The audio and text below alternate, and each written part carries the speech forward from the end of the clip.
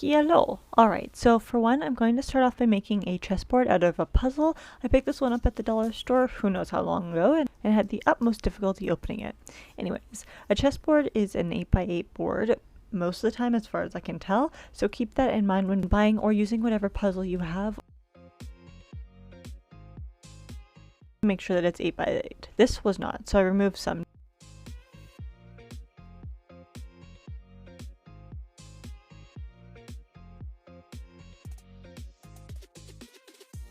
Numbered them off, which saves steps in the long run.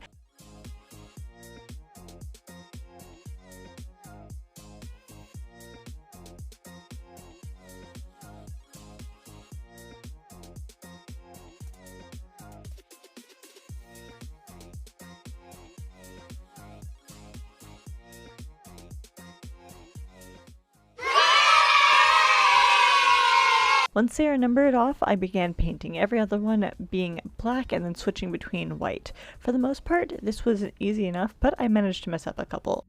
Oh well.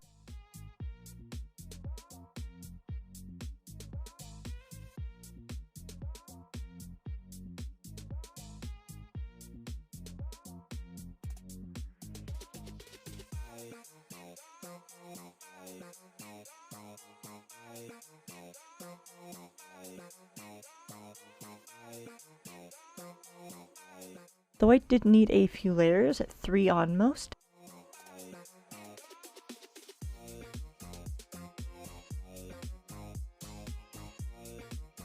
And to stick them back onto the support system, which is this little piece of cardboard that it came on, I used 2 different systems. One is just a regular stick of glue just to actually have the stick to it so that they'll stay, and then I also used some liquid glue. That way there's some extra adhesion by the time it dries down. But first, to sort them through, because I did write down all the numbers on the back, it was a lot easier to put it all together. Though with that being said, it was still a little bit of a process, so keep that in mind.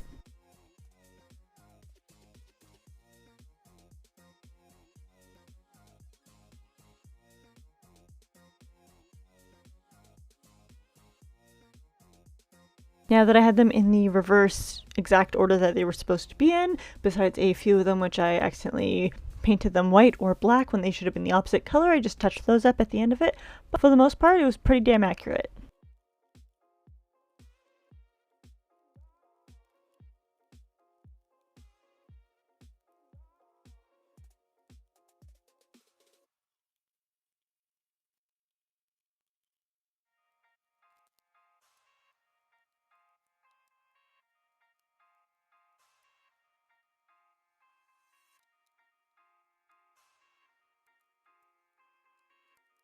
I gave those a couple hours to dry down just in case you didn't believe me. Here we go. Next up is cutting it all out to make it so it's actually shaped the way I want it to, otherwise I might as well just, have not even used a puzzle. I actually wanted it to be shaped as a puzzle, so have each of the little notches coming out, depending on the color that you're looking at.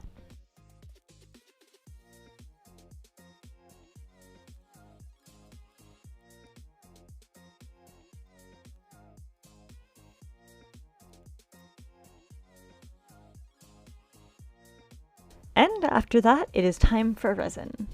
Is anyone shocked? If you are, you haven't been on this channel long enough. Subscribe if you haven't already.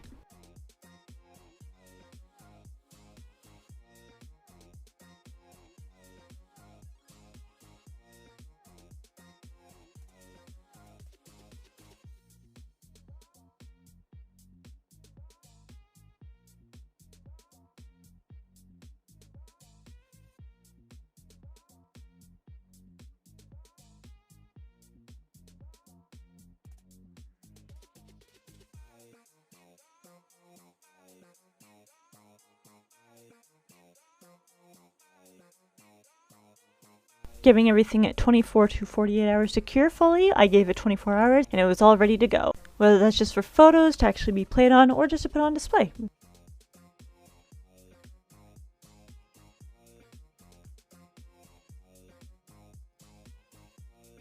Just depending on the surface that you put it to dry on, don't mind the back, you can definitely paint that, or if it is stationed, then no one will see that anyways. As for the pieces, the chess pieces themselves, as I wanted them to fit within a puzzle piece, I put one random piece down and then cut the clay to the size around it.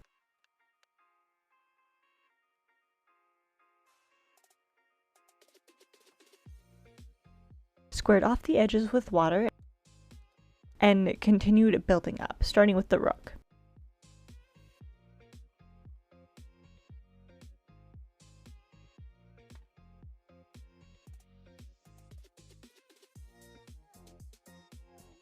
With the making of these, I could give you a step-by-step, but this is more of a look what I did rather than look how I did. If you want to recreate it, go ahead, but using this as more of a simple how-to and creating your own is, in my opinion, a much better use of your time. This just gives you an option of how to create your own chessboard and chess pieces, because right now there aren't a ton that are online that are going to be of the cheaper variety. Ever since the Queen's Gambit came out, sales have been soaring, so this is again a way to make your own.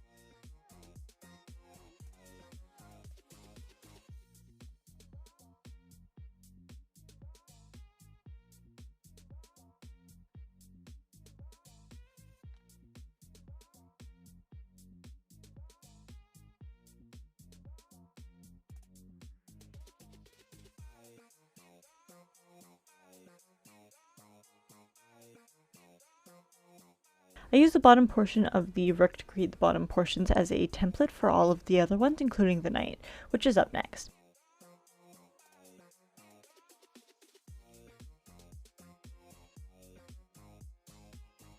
If that little piece on the neck happens to be bothering you, don't worry, it's bothering me too. It will be fixed, I promise. It was just the dry piece that got caught up in the roll.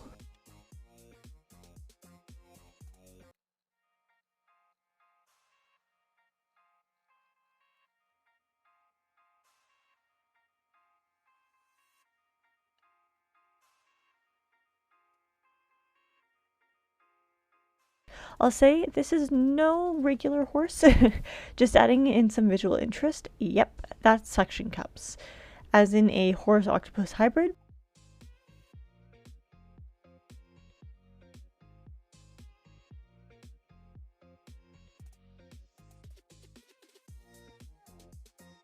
As for making my king and queen, I chose a simple design, a somewhat simple design at least, that was simply creating the words.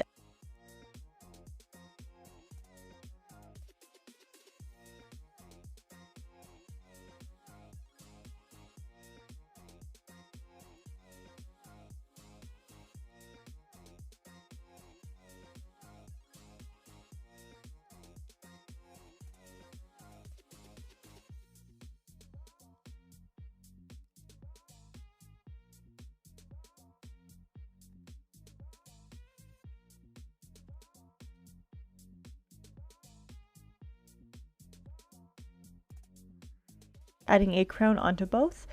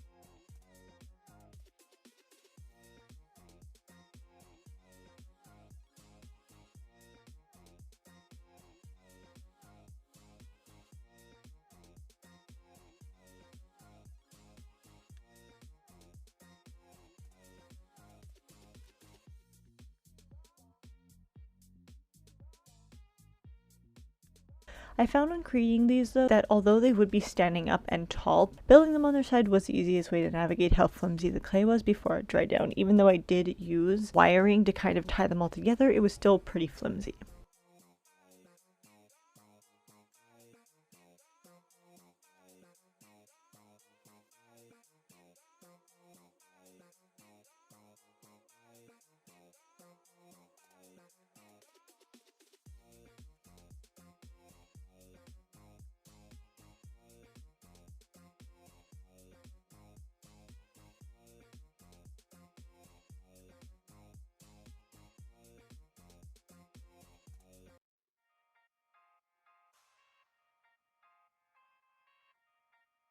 However, after it was time to do the paint job, which was just a brush of a medium brown.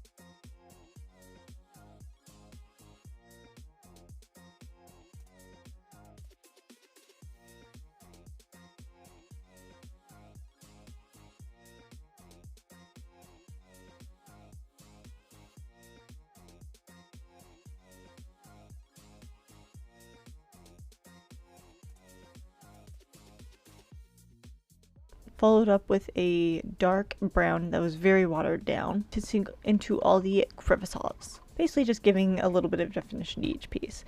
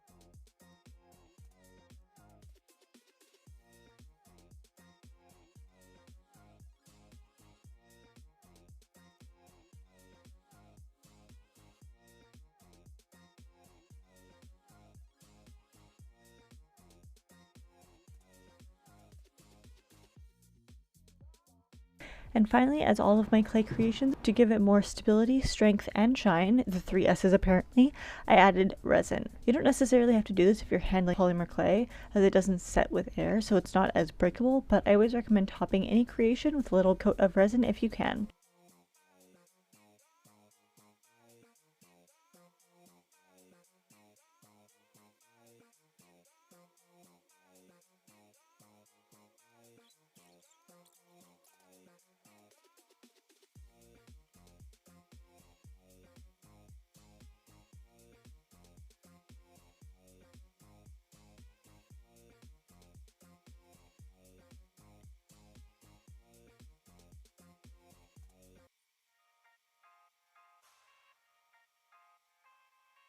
That's it for this go around. I hope you guys enjoy it, and I'll see you in the next one. Bye, guys.